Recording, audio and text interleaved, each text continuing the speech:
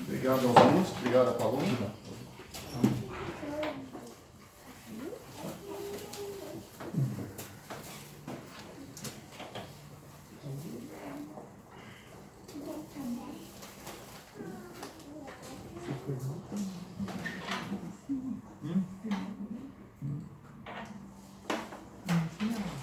Muito bem. As crianças podem subir para o culto infantil com sua professora.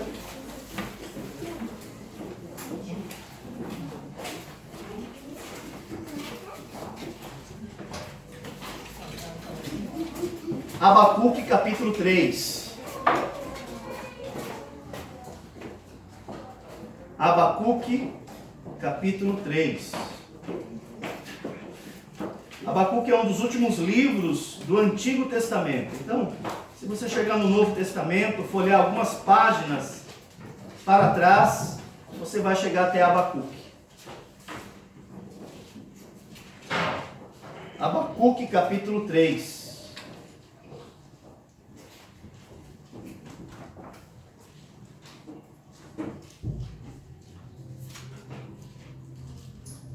Muito bem, hoje, nesta manhã, de Escola Bíblica Dominical, hoje que é dia 1º de novembro de 2020, nós vamos falar sobre murmuração, né? Murmuração. Ouça-me, meus irmãos, por mais difícil que seja a situação, por mais complexa que seja, por mais dificultosa que seja a situação, quando nós murmuramos, Deus não recebe essa expressão com bons olhos. Não importa qual seja o tamanho da dificuldade que você esteja passando, Deus nunca recebe com bons olhos as nossas murmurações. Na verdade, quando você murmura, por mais justificativo que seja, você levanta a ira no coração de Deus. Então, qual deve ser a postura correta diante das dificuldades? Olha que disse Abacuque no capítulo 3, versículo 17 e 18. Note a dificuldade que eles estão passando nos dias de Abacuque. Note o grau de complexidade.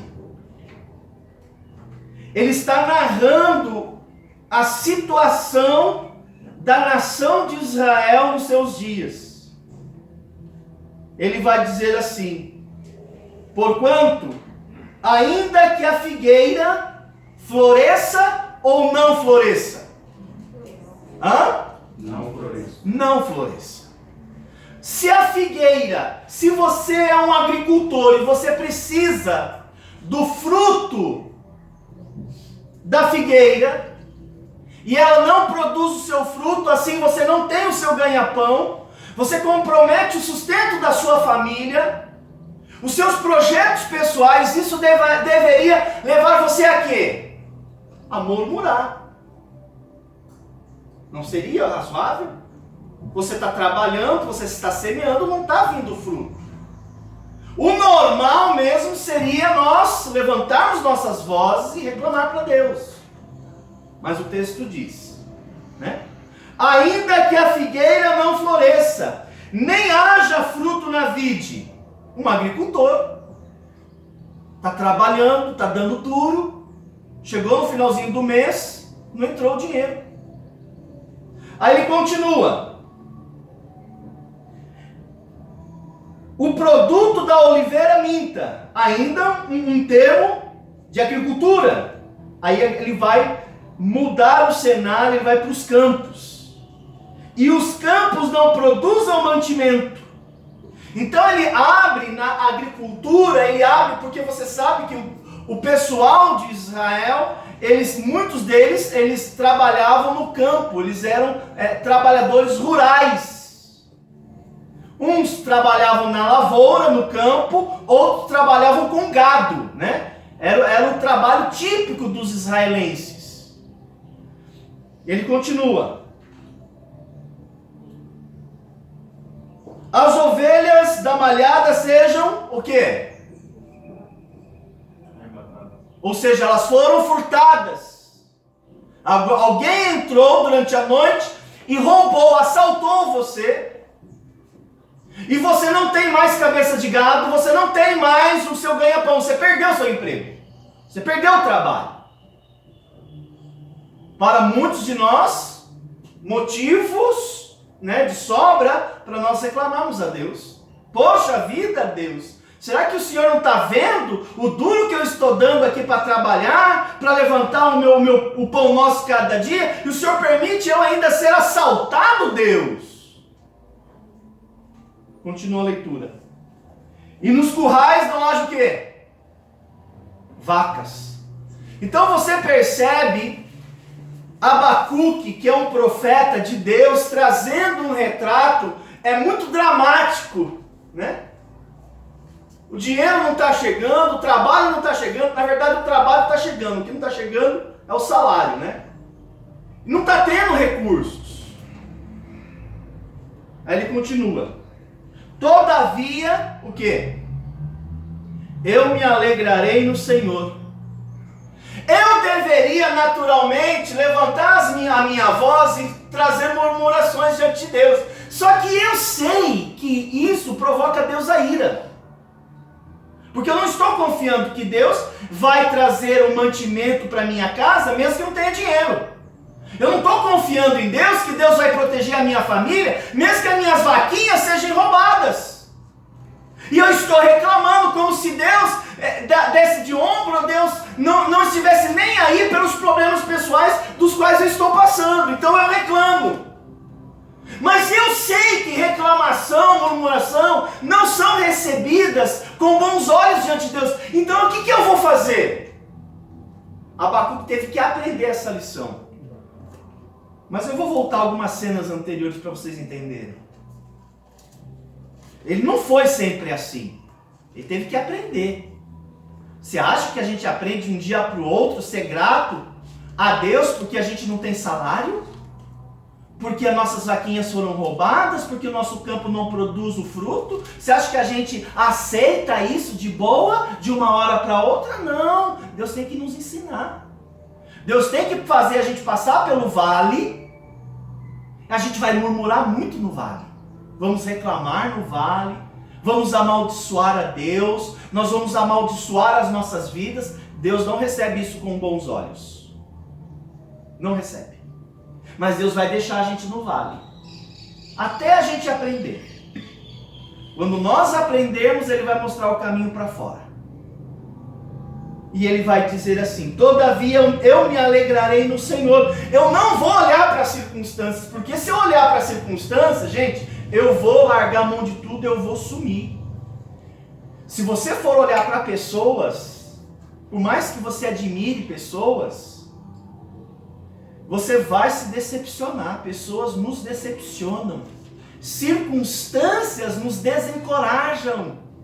Então você deve se alegrar no Senhor. É o que o texto bíblico fala. Eu tenho que aprender, irmãos, quando a situação estiver muito apertada, quando a situação estiver muito difícil, eu tenho que parar, porque nós olhamos ou para as circunstâncias, e lembre-se, circunstâncias mudam. Deus não muda. Pessoas mudam. Deus não muda. É mais seguro andar com Deus do que andar olhando para as circunstâncias, que hoje está bem, está tudo legal, amanhã acontece alguma coisa e aí você vai para baixo. Não dá para você ficar assim, irmãos. É ruim relacionar com você. Porque um dia você está bem, um dia você está mal, porque você vai conforme a maré. Se as coisas estão boas para você, você está bem. Se as coisas não estão boas com você, você está mal. Se as pessoas estão bem com você, você está bem. Se as pessoas não estão bem com você, você está mal. É ruim relacionar com você assim. A tendência são as pessoas evitarem você. Isso não é bom para você. Não é bom para nós. Então eu não posso andar conforme a maré das circunstâncias, né? Eu não posso andar conforme a maré das pessoas. Eu preciso fixar-me em Deus que não muda. Então Abacuque disse: eu me alegrarei no Senhor. e exaltarei o Deus da minha salvação. Isso a gente aprende de uma hora para outra? Não. Essas lições, infelizmente, são aprendidas no vale. Quando as vaquinhas foram roubadas, quando a figueira não deu fruto, quando todas essas coisas não correspondem àquilo que eu fiz. Aí você vai aprender a confiar em Deus. Você vai aprender a ser uma pessoa constante. Nossa, por que você está assim em paz, irmão? Olha, eu aprendi a confiar em Deus. Mas você não está passando por problemas? Tô. E olha, eu estou passando por um problema. Ninguém perceberia se você não tivesse observado e perguntado. Você não saberia que eu estou passando pelo vale. Mas eu estou bem. Eu estou no vale. Eu estou passando uma luta tremenda. Mas eu estou constante. Mas ao mesmo tempo, quando as coisas estão boas, eu sou constante ainda. Eu não fico eufórico e extremamente extravasando, igual um louco. Não, eu sou uma pessoa constante, porque eu me alegro no Senhor e vou me exaltar no Deus da minha salvação. Ele continua dizendo: Jeová, o Senhor é minha força. Quem é a tua força? É o seu vigor físico? É a sua inteligência? É a sua competência? Ah, já sei. É a sua capacidade de produção no seu trabalho. Ah, você é muito infeliz. Você sabia que você pode ser demitido de uma hora para outra? Sabia que alguém pode entrar no seu estabelecimento, assaltar você, dar um tiro em você? Você parar numa cadeira de rodas? Sabia disso? E cadê a tua super competência? A sua vida ela pode mudar de cenário de um dia para o outro. Quem é a sua força? Não, pastor, mas eu consigo me bancar. Não, você não se banca. Você tem que aprender a confiar em Deus agora. Não, Deus, não, depois eu confio. Não, você tem que confiar em Deus agora. Deus é a sua força. Pastor, eu não sei como eu vou aguentar. Meu irmão, minha irmã, Deus é a sua força. Não são os seus parentes, não são os seus amigos, não é o seu cônjuge, não são os seus filhos, é Deus. Nem a igreja é. É Deus. O Senhor é a sua força. Você tem que se apegar nele. Ele continua: o Senhor é a minha força, e fará os meus pés como das servas, e me fará andar sobre as minhas alturas. Ele está dizendo que Deus vai conduzi-lo a passar em passos galopantes pela dificuldade. Ele vai passar. Lembre-se que ele está no vale. Ele não tem perspectiva, as circunstâncias simplesmente são agora adversas, as pessoas sumiram. Ele está no vale. Ele falou: eu vou confiar então em Deus, eu vou me alegrar no Senhor, que é a minha força, porque Ele vai me fazer saltar com grande velocidade esse vale. Mas é Deus. E por que eu estou falando isso para você? Porque o contexto social, o contexto econômico de Abacuque, nos dias de Abacuque, irmãos, é semelhante aos nossos dias atuais. E talvez você tenha motivo de sobra para reclamar, principalmente pela condição da qual você se encontra hoje. Deixa eu trazer alguns dados aqui a vocês, para você entender como é razoável, às vezes, a nossa insegurança. Insegurança.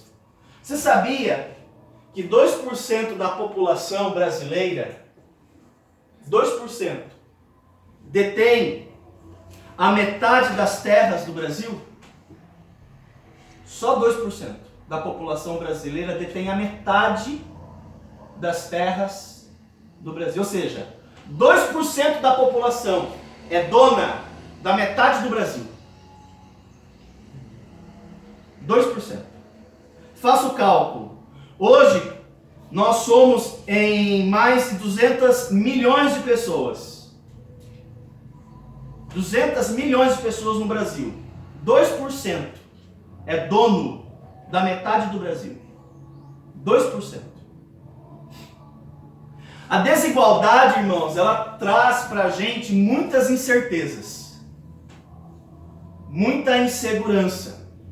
A desigualdade ela tem vários aspectos. desigualdade. Tem vários aspectos. A desigualdade econômica é uma, mas não é a única. Existe desigualdade de escolaridade. E a gente não precisa nem olhar para o Brasil, é só olhar para Boas Novas. Quer ver só a desigualdade que há entre aqui? Quantos de vocês aqui completaram o ensino médio? Pode baixar. Menos da metade. Quantos de vocês completaram o ensino fundamental, que é antes do médio? Completei o ensino. Aí aumentou um pouquinho mais. Quantos de vocês concluíram, não estou falando se está cursando, uma faculdade, um terceiro colegial? Concluiu, não que está concluindo. Sabe como chama isso? Desigualdade de escolaridade. Não precisa nem olhar, gente, para o Brasil, é só olhar para uma pequena camada de uma sociedade. Existe desigualdade de oportunidades. Quantos de vocês, quer ver só? Quantos de vocês tiveram a oportunidade de estudar, mesmo que você tenha só feito alguns anos escolares, vamos imaginar que você fez até a terceira série. Mas quantos de vocês tiveram oportunidade, quando estudavam, de estudar numa escola particular? Levanta a mão. Só 4 pessoas. Embora nós estejamos aqui em dezenas. Quantos de vocês tiveram oportunidade de fazer um curso no Senai? Pode baixar. 3. Comigo 4. Quantos de vocês tiveram oportunidade de fazer uma excursão na época escolar e conhecer outras culturas regionais? Ir para outro estado, uma excursão escolar? Uma pessoa só. Sabe como chama isso? Desigualdade de oportunidades. Existem outros tipos de desigualdade. Existe desigualdade social. Quer ver só? Quantos de vocês, quando nasceram, seus pais já tinham casa própria? Levanta a mão. Só 3 pessoas. Quantos de vocês, quando vocês nasceram, seus pais já tinham um carro na garagem? Nenhum. Quantos de vocês, quando vocês nasceram, seus pais tinham um emprego com carteira assinada? 7 pessoas. Isso chama desigualdade social. Então a desigualdade ela tem muitos aspectos. Segundo os dados da ONU, o Brasil ocupa o 8º lugar das nações com o maior índice de desigualdade. O 8º lugar. Você pega as nações que têm o maior índice de desigualdade. O Brasil está no número 8. Existe um índice chamado IDH. Alguém já ouviu falar nesse índice? IDH? O que é IDH? Isso. Esse que era a igreja, né? Não. IDH é o índice de desenvolvimento humano. E esse índice é o que classifica os países de primeiro, segundo e terceiro mundo. É uma tabelinha. Isso é medido pelo desenvolvimento humano. O Brasil, para vocês terem uma ideia, nesse índice de desenvolvimento humano, o Brasil ocupa a posição de número 75. Há 177 nações. O Brasil ocupa a posição 75. E veja só, o Brasil está no meio. No meio. Mais ou menos. Sabe quais são os 3 primeiros países de primeiro mundo? Que estão na colocação 1, 2 e 3. Alguém tem ideia? O Brasil está na colocação 75. Quem é o número 1? Alguém sabe? Noruega. Ok. Alguém tem alguma outra sugestão? Ok, deixa eu mostrar a vocês. Os 3 países que tem o maior índice de desenvolvimento. Não é essa coisa que eu queria mostrar. Eu vou falar, é Noruega, eu pensei que tinha projetado. Noruega em primeiro lugar, Austrália em segundo lugar e Suíça em terceiro lugar. Que tem os melhores, o maior índice de desenvolvimento humano. Então, Noruega, Austrália e Suíça. Olha esses dados que interessantes. Sabe qual é a expectativa de vida de um cidadão norueguês? Alguém quer chutar? Quanto vive em média um cidadão norueguês?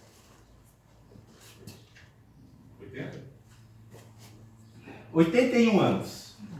Um cidadão norueguês. E um brasileiro? Qual é a média do brasileiro? 73 anos. Alguém sabe de quem é aquela bandeira ali? É. Não. Isso, é de um país da África. Congo. É do Congo. O Congo é o último país desse IDH. Sabe qual é a expectativa de vida na República Dominicana do Congo? 48 anos. Veja, irmãos, eu não estou falando só de expectativa de vida. Eu também estou me referindo à qualidade de vida enquanto se vive. Não é só viver. É a qualidade de vida enquanto se vive. Veja esses outros dados aqui que interessante. Isso aqui é desigualdade. Escolaridade. Sabe quanto tempo, em média, o cidadão norueguês passa em média na escola? Gente, tem que mandar seus filhos para a escola. Esse índice ele só vai mudar se as nossas crianças e os nossos adolescentes e jovens conseguirem estudar. Um cidadão norueguês passa em média, tirando a média dos jovens e adolescentes e crianças, eles passam em média 13 anos numa escola. 13 anos. Numa escola. No Brasil, alguém sabe a média? Se você for do ensino infantil até o ensino médio, dá quantos anos? 11 anos. Sabe? Isso se pegar desde a primeira série e completar o terceiro colegial. Se completar o ciclo. São 11 anos de estudo. Na Noruega, a média é 13. No Brasil, a média é 7 anos. Ou seja, o nível de escolaridade do Brasil, ele está abaixo da média.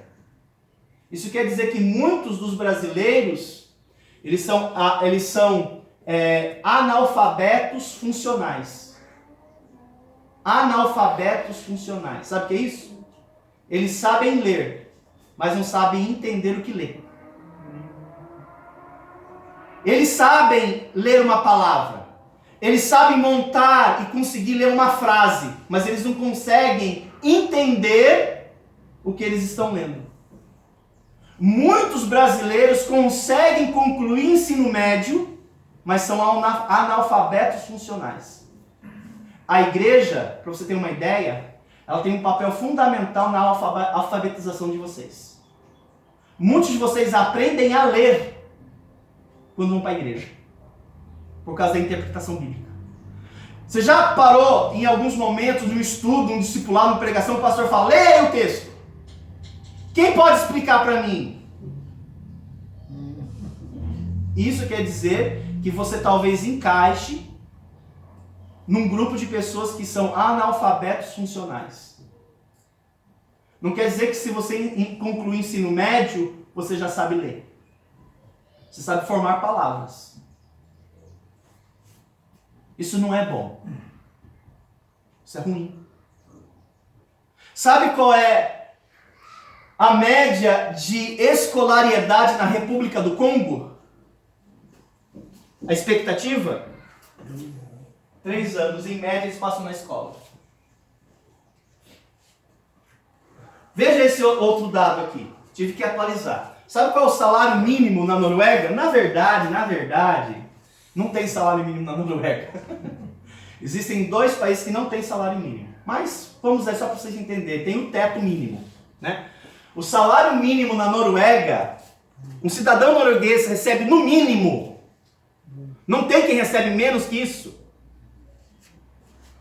R$ 4.800 por mês. Um cidadão norueguês. Um brasileiro, qual o salário mínimo do Brasil? 1.045. É o salário mínimo, só que no Brasil tem tanta desigualdade, tem pessoas que recebem menos que um salário mínimo. Não deveria. Deveria ser o salário mínimo. Tem pessoas que recebem menos que um salário mínimo. E na República do Congo? Salário mínimo. R$ 81. Pensando agora no Brasil. Você sabe quantos municípios tem o Brasil? Ô pastor, você já está judiando da gente. A gente nem terminou o ensino médio, né? Ficar fazendo essas perguntas difíceis. O Brasil tem mais de 5.000 municípios. O Brasil. Chegou mensagem. O Brasil tem mais de 5.000 municípios. Só que preste atenção. 50% da renda do Brasil é produzida apenas por 54 municípios. Vocês entenderam o que eu falei? 50% da renda do Brasil, 50%, a metade, ela é produzida por tão somente 54 municípios. Quer dizer que todo o outro percentual é composto, é completado pelos demais outros municípios. Imagina a renda desses municípios, como devem ser baixa. Embora o Brasil tenha 51 milhões de famílias, apenas 5.000 famílias detêm 45% da renda nacional. O nosso planeta, quantos habitantes tem o nosso planeta? Nós somos hoje no planeta 7 bilhões de pessoas. 7 bilhões. Qualquer pessoa que possua um bem total superior a uma moto usada está melhor do que 3 bilhões de pessoas. Se você tem um bem superior ao valor de uma moto usada, você está melhor do que a metade da população do planeta. Se você possui um bem superior a uma casa simples, de 2 quartos, sala, cozinha e banheiro, num valor de R$150 mil, uma casa simples. Se bobear, você não acha uma casa para comprar por 150 mil. Talvez aqui em Guarituba, porque não tem documentação, você consegue, né? Só com contrato de compra e venda você consegue comprar. Mas se tiver escriturado, tiver registro, você não consegue. Se você tem um bem igual ou superior a uma casa usada, você está melhor do que 90% da população do planeta.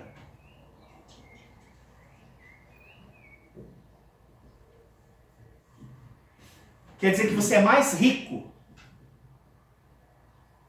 do que 6 bilhões de pessoas. Se você tem uma casa. Você é mais rico do que 6 bilhões de pessoas. Se você tem uma casa avaliada no valor de 1,5 milhão, uma boa casa, e não precisa ser grande coisa não. Esse terreno aqui do lado está valendo R$700 mil. A igreja aqui deve valer em torno de 1 milhão já. O terreno com essa construção. Não é assim um absurdo pensar. Para você ter uma ideia, se você tem um bem superior a 1,5 milhão, você está melhor do que 99% da população do planeta. Sabe qual a conclusão que eu chego quando eu vejo esses dados aqui? Embora a gente tenha passado por dificuldades, a gente não sabe ser grato com aquilo que a gente tem. Nós estamos em melhor condição, por mais que você não tenha o seu salário às vezes, está um mês atrasado, 2 meses atrasado, mesmo que talvez você passe por uma situação que alguém furte você e roube um pequeno bem seu, mesmo que isso aconteça, você está melhor do que bilhões de pessoas. Nós, irmãos, nós não sabemos ser grato com aquilo que nós temos. Nós sempre nos comparamos com pessoas que têm mais que a gente e nós nos infelicitamos porque a pessoa tem o que nós não temos. Nós temos que aprender a ser grato com aquilo que nós temos. Abacuque, nos dias de Abacuque, a situação de Israel era semelhante à do Brasil e do planeta. Desigualdade social, desigualdade de escolaridade, desigualdade econômica. E quando nós falamos de desigualdade, nós estamos falando também de corrupção. Nós estamos falando também de injustiça. A verdade é, a lei não é para todos. Ou é? A lei não é para todos. A justiça é igual para todos? Não é. A justiça não é igual para todos. A educação é igual para todos? Acabei de trazer vários números. A educação não é igual para todos. E oportunidades? Também não. Então, quando nós vivemos uma situação onde eu não tenho a lei a meu favor, eu não tenho a justiça a meu favor, eu não tenho educação, eu não tenho oportunidade, isso acaba trazendo uma revolta. E a gente começa a murmurar a Deus. Será que o Senhor não vê? Você não está vendo a injustiça que o meu patrão está fazendo comigo, Deus? O senhor acha certo, Deus? Às vezes está passando por dificuldade com alguém da sua família. Pô, Deus, o senhor não está vendo? Não, o senhor não viu, Deus? Poxa! Onde o senhor estava? Abacuque, irmãos, ele vai levantar sua voz e vai trazer essas reclamações, essas murmurações que eu já tirei aqui, né? Essas murmurações. Porque às vezes a gente olha o quadro social, o quadro econômico, a justiça, a gente fala, não, tem alguma coisa errada com esse nosso planeta. Será que Deus não se importa com o mal que estão fazendo contra mim? Talvez alguns de vocês estão passando por algum processo judicial. Talvez você seja culpado e vai pagar, viu? Talvez não. Que Deus tenha misericórdia de você. Alguns de vocês estão talvez com dificuldade de receber uma certa quantia de alguém que está devendo para você. E você fala, poxa, será que essa pessoa, já liguei para essa pessoa, já cobrei ela, será que ela não sabe que ela tem que pagar? E às vezes que você não recebe essa dívida, você fica, poxa Deus, o senhor permite acontecer isso comigo, Deus? Eu tenho quanto para pagar, Deus, poxa! Talvez você está devendo para alguém. Você acha certo? A Bíblia fala que a gente não deve dever nada a ninguém, exceto o amor com que vos amei. Alguns de vocês devem e não dão satisfação. Você quer que Deus abençoe você? Você sabia que tem pessoas que estão chorando por causa de você? Porque você é corrupto? Ah, não, mas eu não quero que seja corrupto comigo, mas você é com os outros. E você acha certo? Você quer mesmo que Deus abençoe você? Alguns de vocês nem da satisfação dão. Irmãos, Deus é contra essas coisas. Não pense que Ele vai ouvir a tua oração quando você estiver na adversidade e for clamar com Ele que Ele vai te ouvir. Ai, por que será essa situação não passa? Olha para as suas decisões, olha para a vida de vocês. Deus às vezes deixa a gente passar num vale um bom tempo, para ver se a gente aprende. Pior é você saber que isso é errado e continuar fazendo. Isso é certo? Eu estou falando de um contexto que eu falo, isso está errado, gente. Isso é corrupção, isso é injustiça.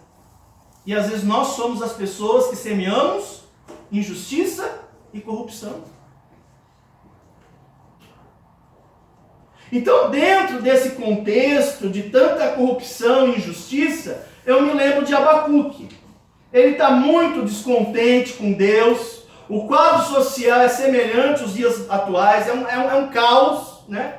Crise social, crise econômica, é pessoa dando golpe no outro, é irmão dando golpe no irmão. Em Israel eu vi isso, gente.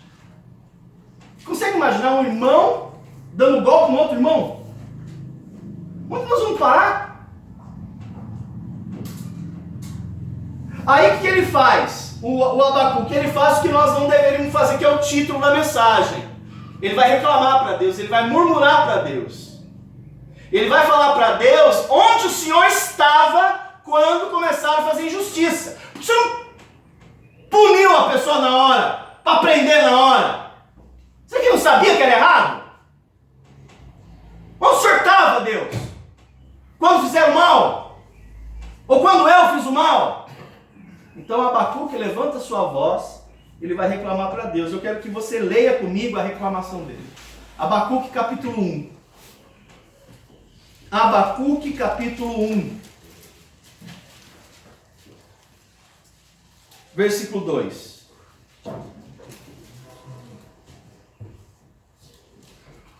Abacuque capítulo 1, versículo 2. Lembra que o Abacuque, ele se sente, ele está ofendido. E está ofendido, sabe com quem? Com Deus. Porque Deus, para ele, Deus não está fazendo nada. Está deixando correr solto toda a injustiça e corrupção. Olha o que ele fala. Versículo 2. Ele faz uma pergunta para Deus. Até quando, Senhor? Até quando clamarei eu e tu não me escutarás? Gritarei violência e tu não salvarás? Sabe o que Abacuque está falando aqui, irmãos? Ele está falando de uma sociedade extremamente malvada, maldosa, que estão fazendo maldade. E o Abacuque está falando: Deus, eu estou gritando para o Senhor: violência, Deus, violência! E o Senhor não faz nada, Deus! Versículo 3. Outra pergunta ele faz para Deus. Por qual razão me fazes ver a iniquidade e a opressão? Ele está perguntando para Deus. Ele é um profeta de Deus. Ele está falando como profeta, na qualidade de profeta. Ele falou assim: Deus, eu estou falando para o Senhor, Deus. Violência, Deus, o Senhor não faz nada. O Senhor está me fazendo então ver essas coisas. Porque ele está vendo, gente, muita opressão. Ele está vendo muita iniquidade, o profeta. Aí ele diz: pois a opressão e a violência estão diante de mim. Há contendas. O que é contenda? Disputa entre pessoas. Ele olha um irmão pulando no pescoço do outro. O vizinho pulando, um parente no parente, no família. Fala: mas só tem contenda aqui. E ele continua. O litígio se sustenta. O que é litígio? Hã? Processo.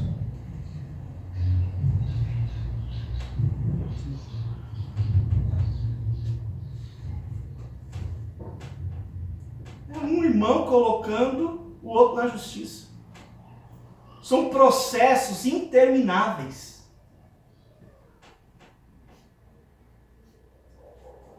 Aí ele vai dizer assim: por causa da lei frouxa, a justiça nunca se manifesta. O perverso cerca o justo, a justiça é torcida. Então, veja só, Abacuque está extremamente ofendido com Deus. Com Deus. Ele fala: Deus, olha, não tem mais. Quem eu vou recorrer aqui? Né? Vou recorrer à lei? A lei é frouxa. A justiça? Poxa, Deus, justiça? Que justiça, Deus? A justiça é torcida, Deus. O ímpio cerca o justo. Esse justo, gente, é a pessoa que fez o correto. Existe alguém oprimindo ele. Então ele está dizendo aqui que a situação de Israel era insustentável, né? A impunidade que faz aumentar a violência que faz aumentar a desigualdade.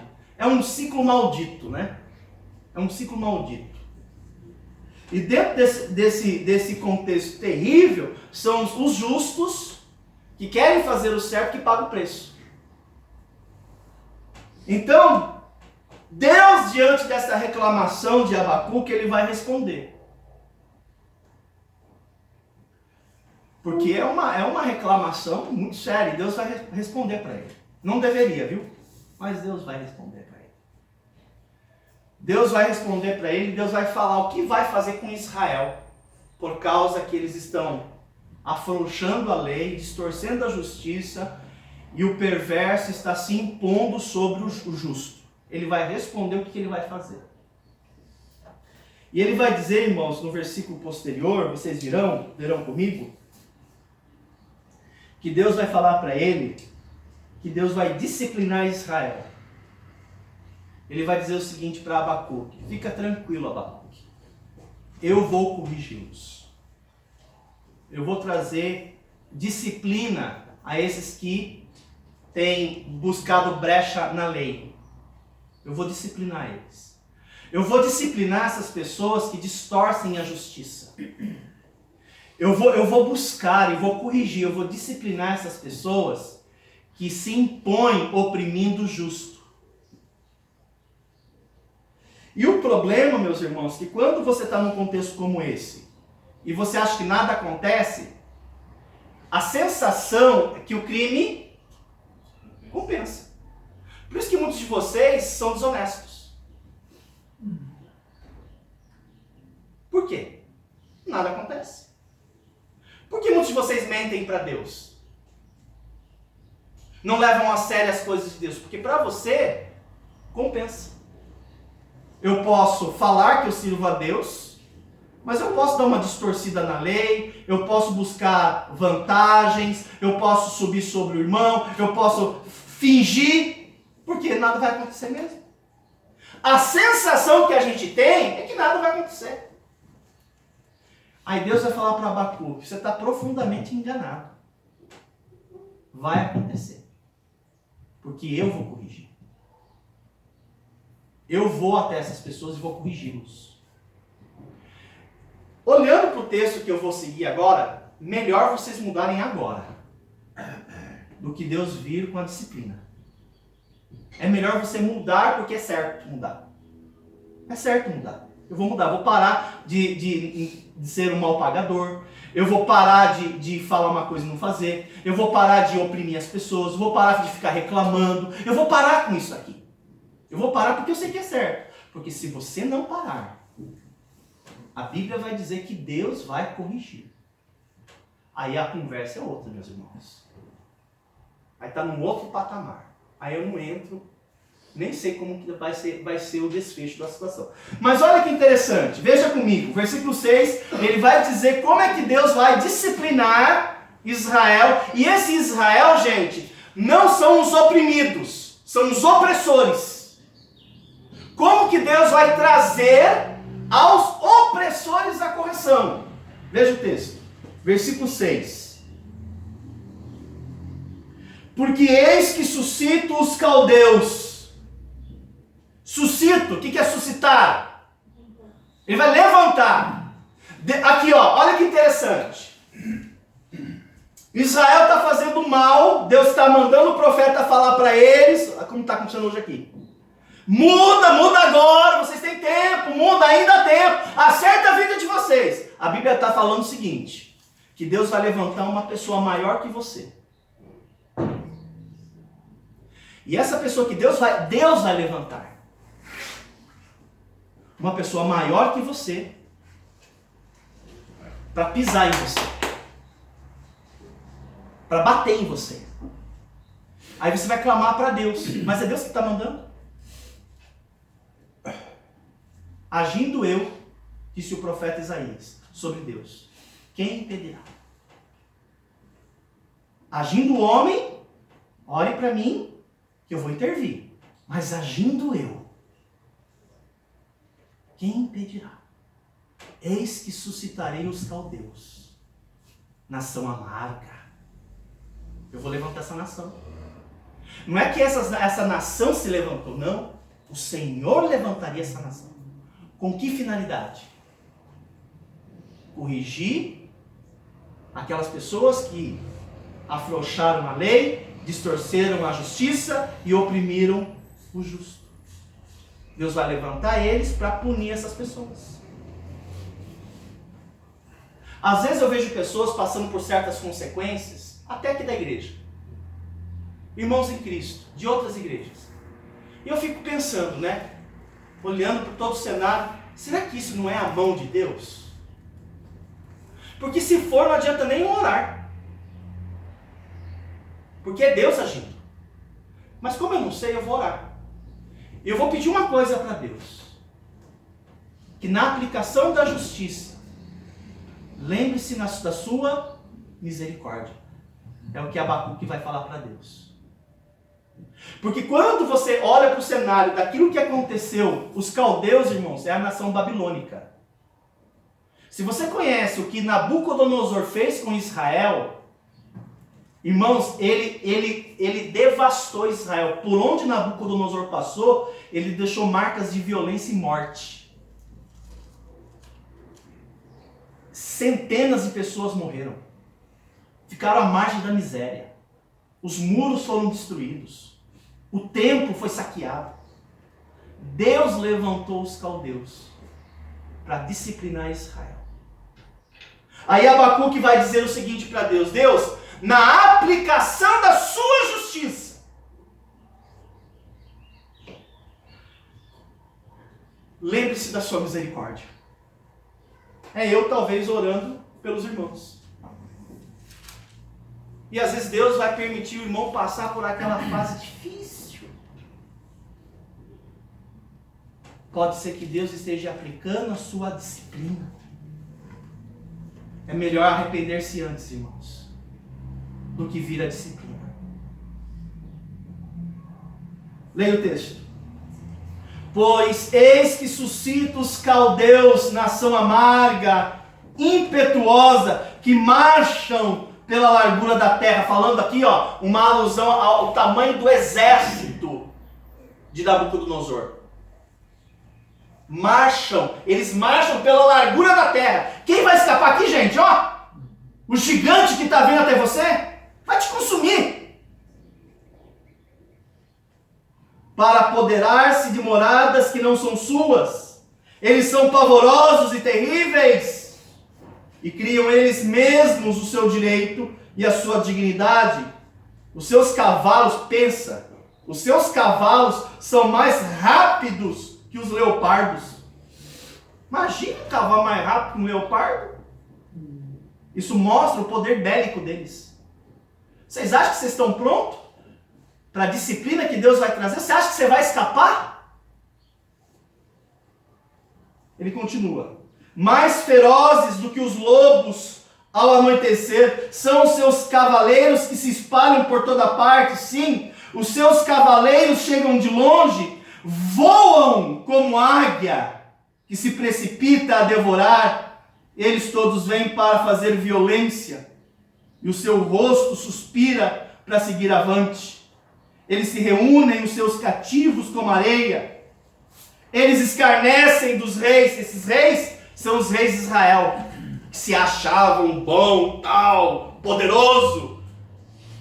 Ele vai dizer aqui para nós que os soldados, os cavaleiros, riem dos reis, debocham deles. Ah, vocês acham que vocês são alguma coisa? Vocês não são nada, você vai ver quando a gente chegar aí. Ele continua. Riem-se de todas as suas fortalezas. Está falando das cidades muradas. Amontoando terra, as tomam, então passam como passa um vento e seguem. Fazem-se culpados esses cujo Deus é o seu poder. Irmãos, aqui ó, quando Israel, lembre-se que Deus não mente, ok? Aquilo que Deus falou vai acontecer. Abacuque, quando ouve isso, ele fica alarmado. Ele vai dizer que as pernas dele bambeiam. Ele começa a ficar trêmulo. Ele não imaginaria que Deus fosse levar a cabo aquilo que ele estava falando. Mas Deus já sabia. E Deus iria trazer a Israel disciplina de qualquer jeito. Mas ele antecipa isso para Abacuque. Porque Abacuque estava inquieto. Poxa, Deus, o senhor não está vendo? Violência, Deus, violência. Impunidade, Deus, o senhor não vai fazer nada. Olha o perverso, Deus, prosperando. Olha o coitado trabalhador passando necessidade. Deus, o senhor não faz nada, Deus. Aí Deus vai e revela-se a Abacuque. E Deus desvenda um fecho da história do futuro. Então eu vou mostrar para você o que vai acontecer no futuro. Quando ele olha todo esse cenário, meu Deus do céu, o senhor vai fazer isso mesmo? O senhor tem certeza, Deus? É como se ele falasse para Deus assim, deixa quieto, Deus, que eu falei. Deixa para lá. Faz de conta que eu não falei nada, Deus. Ele não sabia, ele não pensaria, ele não pensava que Deus fosse tão enérgico. Irmãos, lembre-se, irmãos, os malvados, talvez você seja uma dessas pessoas, não ficarão impunes. Nenhum malvado ficará impune, gente. Deus vai disciplinar você ainda em vida, ou Ele vai disciplinar você quando você passar pelo tribunal do Bema. Ele vai retirar de você a possibilidade de ser galardoado para a eternidade. O peso lá é mais pesado. Deus não vai deixar impune. Quem quer que seja. Aí ele continua, né? Deus disse que levantaria os caldeus. Aí se você continuar lendo, o Abacuque é um livro pequeno, só tem 3 capítulos. Você pode ler em casa.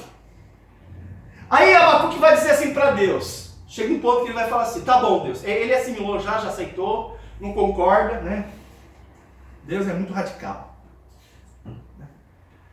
Muito rígido, né? Pecado. E ele vai dizer assim para Deus, tá bom, Deus, mas vem cá. Tá bom, não concordo muito com seus caminhos, mas tá bom. Aí o Senhor que é justo, né? De olhos, não contempla a vaidade, o Senhor vai usar uma nação pior que a gente? Se nós somos maus, e eles? O Senhor não vai fazer nada com eles? O Senhor vai deixar quieto eles? A gente está aqui fazendo maldade. Aí o Senhor traz uma pessoa maior que a gente, para pisar na gente, disciplinar a gente. Tá bom. E aí? Aí Deus vai falar para Abacuque, eu também vou disciplinar os babilônicos. E Deus vai descrever no capítulo 3, capítulo 2 e 3, 5 ais, que são juízos que Deus vai trazer sobre os caldeus. Deus usa as nações ímpias para disciplinar, inclusive, seu povo. Mas isso não quer dizer que Deus vai fazer vista grossa aos ímpios perversos que Ele usou. Ele também vai disciplinar eles. E se você ler o capítulo, principalmente o capítulo de número 2, você vai ver o versículo 6. Pode ler lá? 2:6, 2:9, 2:12, 2:15, 2:19. Você vai ver a expressão ai. Sabe o que quer dizer a expressão ai? É uma expressão de juízo.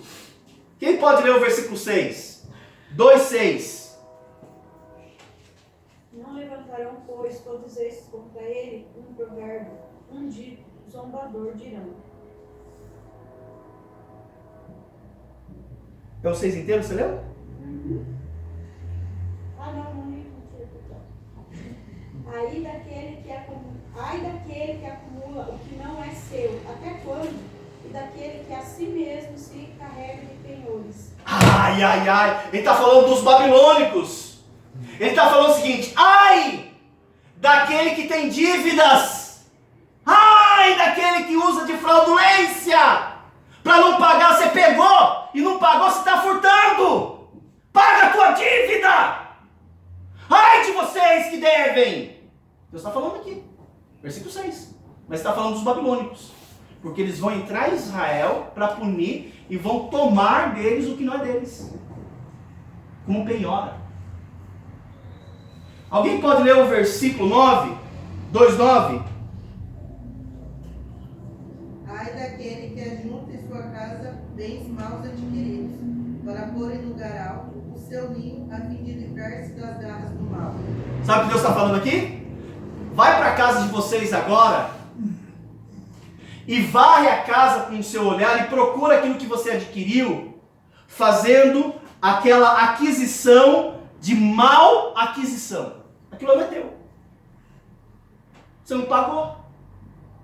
Você tirou, alguns até pegaram coisas da igreja e não trouxeram de volta. Não é seu. É da igreja. Cadê? Pode trazer de volta. Aquilo lá são bens mal adquiridos. Aí você quer que Deus abençoe você? Como que Deus vai abençoar o seu salário?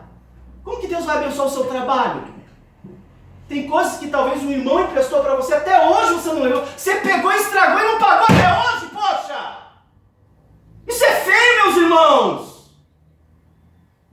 Coloca no registro da memória de vocês. Olha para a casa de vocês, aquilo que vocês têm colocado em lugares altos como destaque. Olha o que eu consegui, mas aquilo não é teu. Você fraudou, você roubou, você pegou e não entregou. Aí, não sei porque eu não prospero na vida. Ah, você não sabe. Olha para a sua casa, olha para a sua condição. Por que será você não consegue ir para frente? Não consegue, gente. Pode ser que você tenha trazido para sua casa coisas que não são suas. É de um parente, é de um vizinho, é de um irmão. Até hoje está lá. Posso dar uma dica? Vai lá, faz uma vaga. Não, isso aqui não é meu. Isso aqui não me pertence, eu vou entregar. É igual o dízimo. O dízimo não é teu. Coloca de uma vez por toda na sua cabeça. Não é teu dízimo. Aqueles 10%, gente, é do Senhor. Entrega esse trem logo para não virar maldição. Não é teu. Por que é teu que não é teu, irmão? Você acha que você vai conseguir pagar a conta? Tu quebra o carro. Ai, grande coisa. Perdeu o dízimo no carro. Aí não prospera, gente. Ficou doente alguém da família. Você já percebeu? Alguns de vocês pegaram o benefício do governo e pensam que aquele dinheiro que está entrando não deve ser dado dízimo, gente. Ah, você tem que ter vergonha na cara. Você acha que você está enganando quem? Ah, vou ficar quietinho porque daí eu não preciso dar conta disso. Poxa, gente. Você acha que Deus vai abençoar você mesmo? Da onde você tirou isso? Está roubando a Deus. O dízimo, um exemplo, são coisas que não é tua. Entrega logo. Não se apegue a uma coisa que não é sua. Isso envolve várias outras coisas, meus irmãos. Você não quer que Deus abençoe vocês? Não, pastor, eu acho que minha vida financeira não prospera, o meu trabalho não prospera, a saúde não prospera. É um problema atrás de outro. É Deus levantando gigantes para disciplinar vocês. Irmãos, Deus faz isso. Ele sempre fez isso. Ou você coloca a sua vida em ordem, ou você não vai para frente. Você vai ficar se enganando. Vai ficar girando. É movimento sem progressão. Você fica girando em círculo. É o cão correndo atrás do rabo. Ele está em atividade, mas não vai para frente. Perceba, às vezes, como nós somos corruptos. Isso aqui está falando para os babilônicos. Versículo 12, uma outra pessoa. 2:12. Ai daquele que edifica a cidade com sangue e que funda a cidade com iniquidade. Mais uma vez, ele está falando dos caldeus. Lembre-se que o povo babilônico, ele prosperou à custa das nações que eles oprimiram. O tamanho da maldade que eles impingiram seria o tamanho da maldade que eles receberiam. Versículo 15. Ai daquele que dá de beber ao seu companheiro, misturando a bebida do seu furor, e que embebeda para lhe ver a sua nudez. Irmão, sabe o que esse texto está falando? Dá vergonha. Pessoas que traficam. Pessoas que vendem bebida. Para embriagar o outro. Para se aproveitar dele. Aqui está falando de um aproveitamento sexual. Você já viu aquelas pessoas que dão um golpe, como chama? Boa noite, Cinderela? É o que está falando aqui. O cara coloca algo para você beber, para você ficar, sabe, fora do seu juízo normal, para ver a sua nudez. Ai de vocês que vendem drogas para explorar essas pessoas, você entorpece ela. Aqui é bebida. Hoje nós temos vários tipos de entorpecentes. Aqui é bebida. Ai dos traficantes. Ai dos traficantes. E ele termina o 5º ai no versículo 19. Quem pode ler?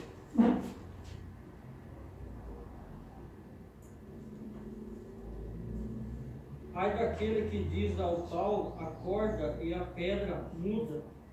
Despertar, pode isso ensinar? Eis que está coberto de ouro e de prata, e dentro dele não há espírito algum. Ele está falando contra a idolatria. Ai daquele que olha para o pau, porque eles faziam esculturas em madeira. E cobria essas esculturas de ouro e prata. E o profeta está falando, acaso espírito dentro desse pau? Ele pode ensinar alguma coisa? Ai de vocês, que idolatram outros deuses. Não há deuses além de mim. Ai de vocês. Então você percebe que Abacuque, ele replica para Deus o murmúrio dele. E Deus vai responder, eu vou tratar com Israel, mas eu vou tratar com os babilônios. Depois que Abacuque tem essa revelação de Deus, chegamos no capítulo 3. O capítulo 3, na verdade, é o capítulo que Abacuque está completamente rendido a Deus. Ele não fala mais nada. É dali que vem o canto. O capítulo 3 é um canto. Ele vai salmodiar a Deus. E ele vai falar para Deus assim, mais ou menos assim, o Senhor é grande. O Senhor é temível. O Senhor é terrível. Ai das nações que se levantam contra o Senhor. Aí ele começa a discursar, ele começa a enaltecer a Deus. Aí que ele vai falar, ainda que a figueira não produza o seu fruto, nem haja gado nos currais, eu me alegrarei no Senhor, no Deus da minha salvação. O Senhor é o meu refúgio, e descansarei no Senhor. Ele teve que aprender tudo isso. E saber que aquelas reclamações que ele estava fazendo, como nós a fazemos, ela é descabível. Ela não faz sentido. Quando você murmura, você está sendo tolo. Você não sabe toda a verdade. Você não sabe todo o desvendar. Se Deus revelasse a vocês, vocês desmaiariam de terror.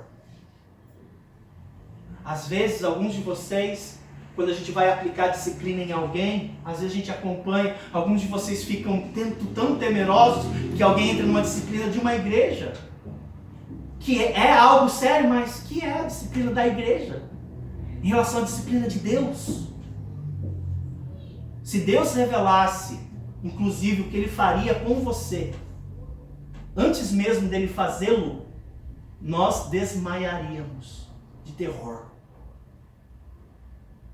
Mas Deus espera que você obedeça porque você o ama. Amém. E você o teme. Deus traz essas mensagens, irmãos, para que a gente mude a nossa postura de uma vez por toda. Não dá para viver, gente, em cima do muro. Não dá. Você tem que decidir o que você vai fazer. Eu sei que algumas mudanças não acontecem de um dia para outro. Mas você deve começar a fazer essas mudanças nas suas vidas. Vou te dar um conselho. Ouça. E comece a colocar em ordem. tudo. Tudo. Começa a colocar em ordem. É a única forma de você desviar de você o ardor da ira do Senhor. Porque se Ele se irá contra você, você vai ver o tamanho do peso da mão dele. E você não vai ter ninguém para que você possa socorrer. Porque Ele é o seu refúgio. Amém? Amém. Feche seus olhos. Todos cabeça baixa. Abacuque, quando ele recebe todas essas orientações de Deus, ele fala assim no versículo 3, versículo 1. Aviva, Senhor, a tua obra. Ele pede um avivamento. Será que Deus pode trazer esse avivamento ao coração dos membros da Igreja Batista Boas Novas? Eu creio. Que se aquilo que você ouviu faz sentido para você, e você decide mudar, pastor, eu vou mudar. Eu vou para minha casa e vou varrer tudo que não é meu. Eu vou começar a colocar minha vida em ordem. Eu vou colocar os atrasos em ordem. Eu vou entrar em contato com os meus credores e vou pagar as minhas dívidas. Pelo menos eu vou dar satisfação. Pastor Mário, eu quero que Deus traga um avivamento no meu coração. Esse desejo é somente para os fiéis mesmo. Porque Deus vai ter que mexer em várias áreas da sua vida. Pastor, ora por mim. Deus traga avivamento no meu coração. Amém. Amém. Amém. Amém. Pastor, ore por mim. Para que Deus traga esse avivamento no meu coração. Eu quero essas mudanças. Mais alguém? Levanta sua mão indicando. Eu vou orar por você. Que Deus tenha misericórdia de vocês que não decidiram hoje. Que Deus tenha misericórdia na aplicação da sua justiça. Querido Deus, obrigado pela sua palavra, que foi a palavra do profeta Abacuque, que é a palavra do Senhor. Assim diz o Senhor Deus de Israel ao seu povo. Que todos os irmãos, que todos aqueles que ouviram a sua palavra, arrependam-se e coloquem em ordem em todas as áreas de suas vidas, do menor ao menor, do menor ao maior, sem distinção, homens, mulheres, crianças, que possamos ter uma vida justa diante dos seus olhos, que tudo sabes. Em nome de Jesus oramos. Amém. Amém. Daqui a pouquinho vamos celebrar a ceia do Senhor. É nesse espírito que vocês vão participar da ceia. Amém. Uma oração silenciosa, estamos dispensados. Daqui a pouquinho a gente volta com continuidade e isto com a celebração da ceia do Senhor, tá bom? Uma oração silenciosa, estamos dispensados.